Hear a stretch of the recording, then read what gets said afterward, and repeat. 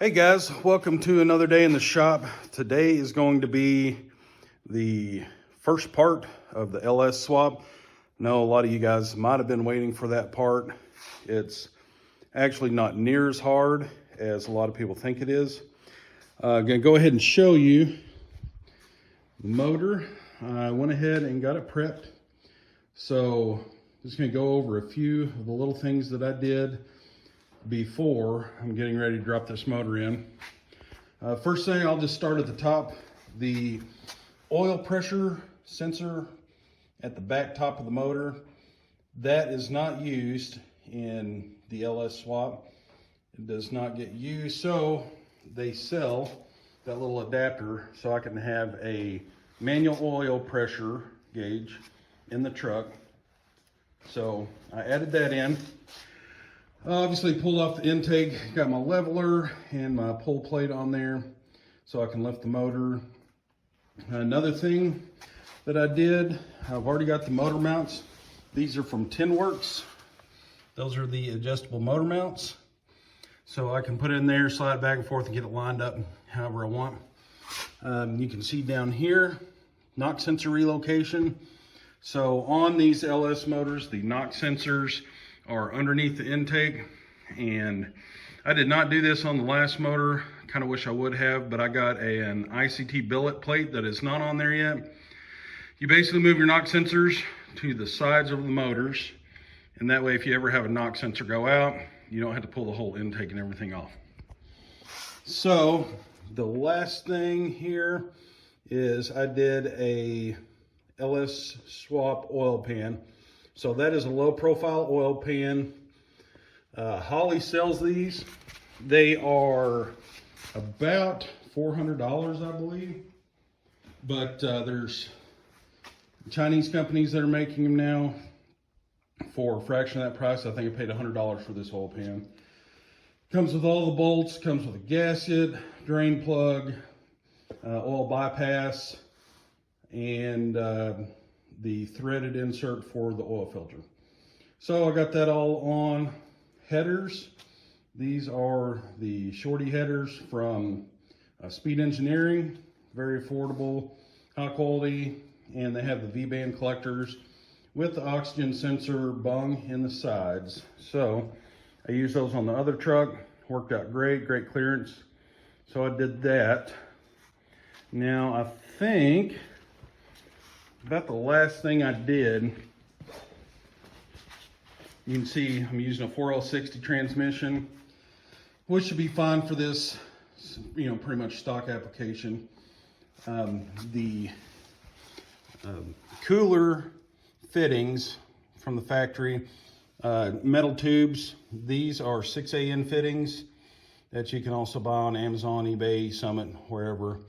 They just thread right into the side there, and then you can make 6AN lines, custom lines, to go to your radiator or your cooler. So that is what I'm working with. I don't think there's anything else. Got the headers all torqued down. I am still going to replace the valve cover gaskets and also new intake gaskets once I get the motor in. As far as the truck, I got the motor mounts on. These are the Tinworks motor mounts that match the adjustable motor mounts that go on the side of the block. Last thing I did finish doing all my brake lines. I ended up just redoing all of them because the factory lines are bigger and I didn't have the fitting, so I just used all new line. Last thing, drilled a hole right there in the cab for the harness to go through. Now, like I said before, I am using the BP harness, BP Automotive LS swap harness for the early truck. So those harnesses use a Delphi grommet. It's a 2 1/8 inch grommet. So that, I got a 2 1/8 inch hole saw, drilled a hole through the firewall there, and that will feed right behind the intake. I did check before I drilled that hole, checked on the blue truck to see how much clearance I'd have behind the intake. You can see there's plenty of clearance back there. So we should be good. So today I'm going to work on getting that motor dropped in, and after that, we will also have to mount the transmission cross member. After that, the other things will come, such as wiring, putting that harness in, all that. So I'm going to go ahead and get started, see if I can get this motor dropped in. And I did, one of the things I noticed yesterday when I was kind of messing around, with the lowering on the front, my jack here will not, my engine hoist will not clear the front A-arms, so I've got a jack to jack up the front of the truck while I slide the hoist under there. So I will get started. This, last time I did it, wasn't that fun of a process, but maybe this time will go easier. See how far we get.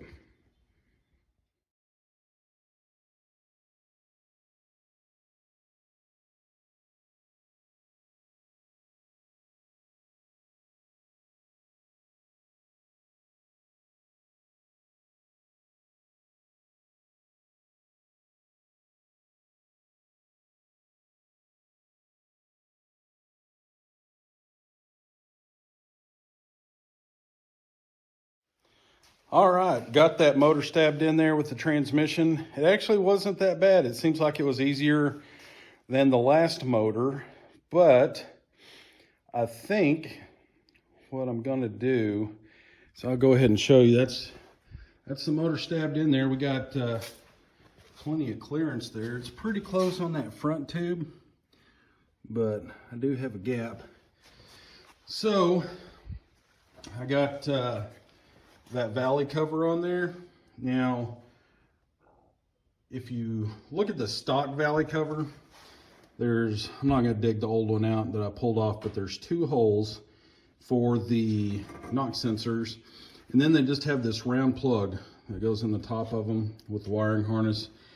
And when you put those back together, you've got, really to seal the water out, you've got a silicone around them. It gets messy, and like I said, if I do ever have to replace a knock sensor, I don't want to have to pull the intake off.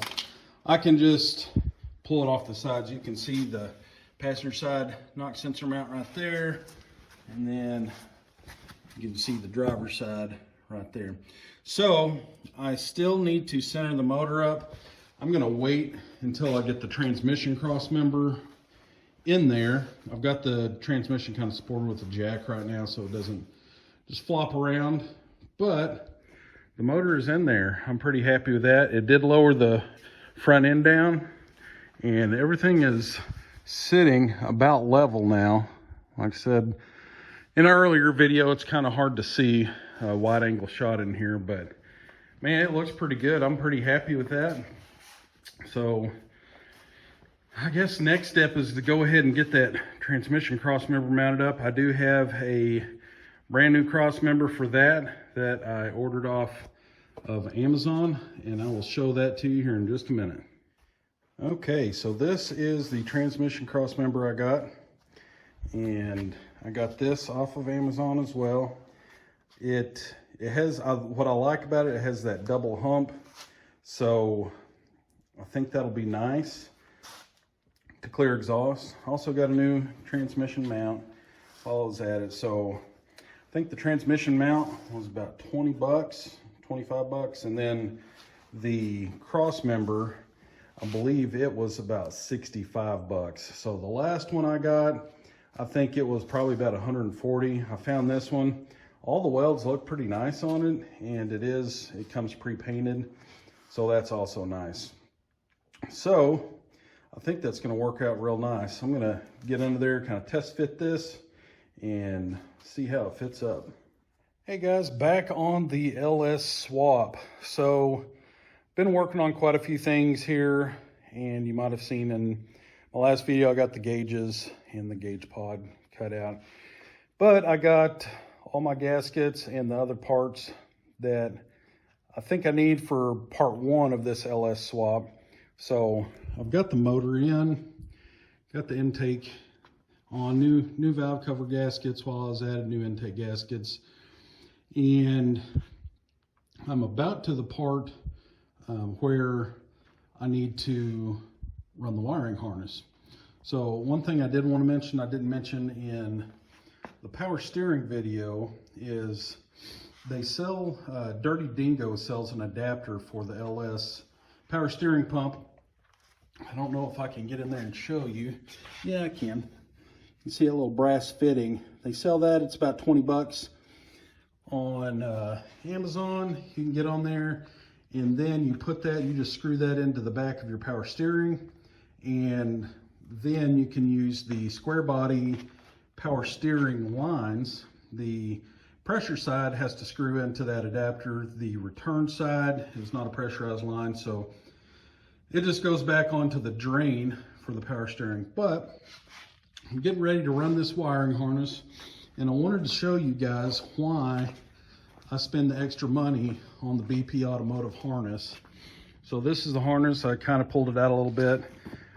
That's the fuse box that comes with it. Has your fuses and relays for the motor. It's got your, obviously I've got the red green computer. Some of them have the blue green. Mine uses the red and blue. But what's nice about this BP harness, it's all high quality wire, but all the wires come labeled very clearly. So it makes it real easy to hook everything up. All the plugs are factory style plugs, high quality plugs. And it's, I mean, once you get the wiring run through your hole in your grommet set, it's just a matter of probably 5 minutes of hooking up these wires. Now, it's surprising how easy this is. So I think there's 3 or 4 wires you got to hook up. So switched ignition on the 66, the switched ignition runs to the plug that feeds through the firewall on the, like right by the heater box. There's like 6 terminals there, I think. You don't use any of those except for one for an LS swap. The others you can just really get rid of because they go to like your distributor and stuff like that on the old motor. So you've got switched ignition, it's pink. It hooks to the pink wire that's on that plug that feeds through the firewall right there by the heater box. Fuel pump, 1 wire. It runs to the power of your fuel pump, and then you ground it back on the frame back at the fuel pump. Got all these other like fan control, fan relay control. I'll use fan 1 relay control. I don't have dual fans, I'll just use one. The way those work, your fan, your electric fan comes with a relay, and the power for your fan is actually ran hot all the time.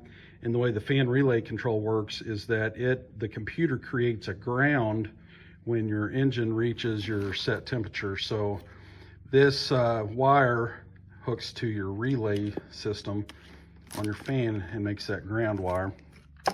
The rest, I mean, you can see bank 1 coils, has bank 2 coils, idle air control, throttle position sensor, this airflow sensor. All these are labeled really nice, and really you got your starter battery power there, and there's not a whole lot else, but all these are labeled really nice. Now we'll say on this bundle of wires, and they do separate these wires out, which is really nice. Speedometer we won't be using. Tachometer, that's your tach signal, we will be using that. TCC brake switch signal, that is what I referred to earlier in one of my videos. It's a dual switch that I don't think you have to use it, but I did. I did it in my blue truck, and I'm using in this. It's a switch that mounts under the dash for your brake switch, and what it does is it has 4 terminals on that. 2 of those control your brake lights. The other 2 control your torque converter lockup. So as soon as you hit the brakes, the computer tells the transmission to unlock that torque converter. And malfunction indicator, I do have one of those in the blue truck. I'll put one in this red truck as well. It's basically your check engine light. And one thing of note on this is you do have to use a malfunction indicator light that it has an incandescent bulb. You cannot use an LED, it has to be incandescent bulb. And they sell those. I think the one I used on the blue truck and probably one I'll use on this is a painless wiring. It's got the little check engine symbol on it, and it just mounts in the dash. It's real nice. So anyway, that is about it for this. I'm going to go ahead and run this, and if there's anything else I need to go over, I will point it out. All right, so I got the wiring harness installed. I'll go ahead and show you. You can see, I don't know if you might think it looks clean or not, but there really aren't that many wires to deal with. Coil packs, each injector has its own plug on the harness.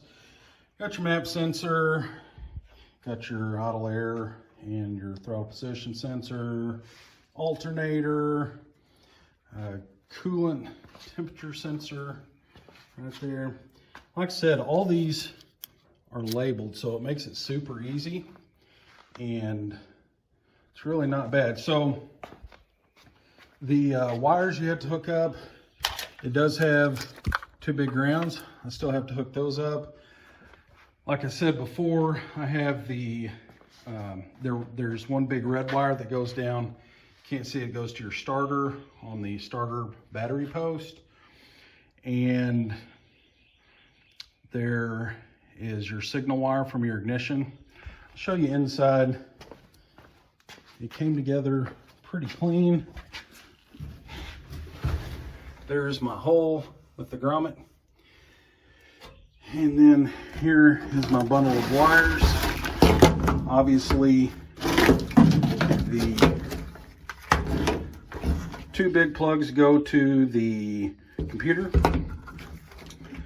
Then your relay and fuse box for the harness. And then there's just a handful of wires you got to hook up here. You don't have to hook up most of those actually. And then you also have your ODB port here that you can mount somewhere. I went ahead and ran my starter signal wire inside. Those right there, the wires hanging down for my torque converter lockup switch. So that's about it. I will have to get, I've got the computer down at the house. I'll have to get a bracket to mount that. But everything else is pretty much buttoned up. I made 6A inlines for the fuel. Got an inline fuel filter. The fuel pump does have a fuel sock on it, but I went ahead and put an inline fuel filter on there as well. I do have to make up a couple 6A inlines for the transmission to go to the radiator, which I just got in. This is what it ends up looking like on the back end.